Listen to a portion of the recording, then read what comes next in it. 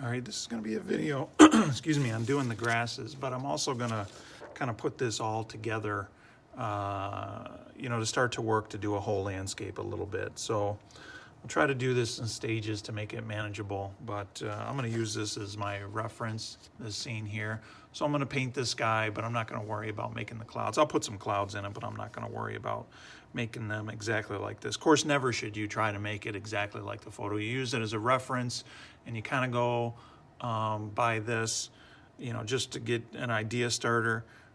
But it doesn't always have to be exactly like this. So anyway, so we'll start with the sky, and when I paint the sky, I'm not going to paint heavy blue. I'm going to go pretty light over here, even though you can see some blue coming through.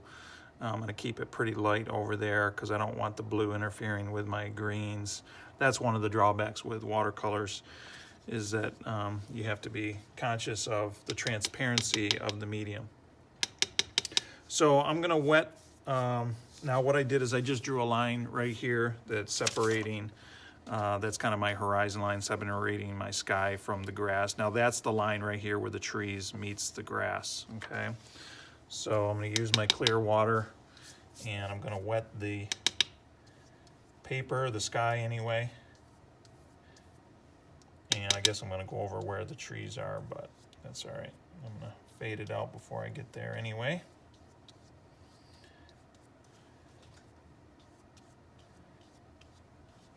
All right, get some blue while that's soaking in.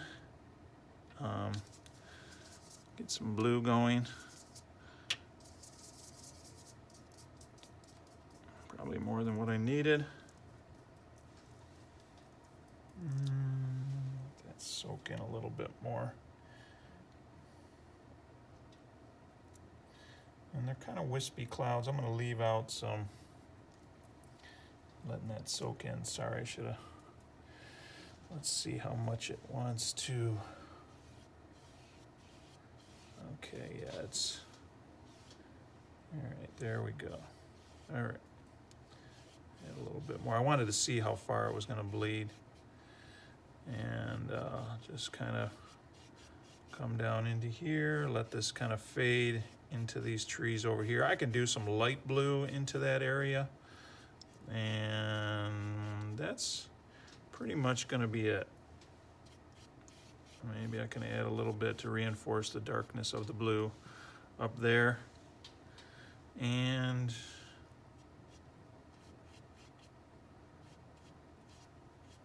carry some blue down into here a little bit. And then you can take a brush and you can lift. One technique, get my brush wet here. Then I'm drying it off on my towel. And you can lift out some clouds. You can kind of, do some distant clouds just by touching it down in there. We're not putting any gray into these clouds. It's a pretty sunny day. And, you get some cloud action even going in here. You can even use a tissue if you want to lift out some cloud shapes a little bit. Just kind of be random with it. For some distant clouds, it doesn't take too much soaking to kind of just pull in some of those. And that's sufficient right there. You've got some activity, you got some clouds. That's all I kind of wanted. Nothing too elaborate.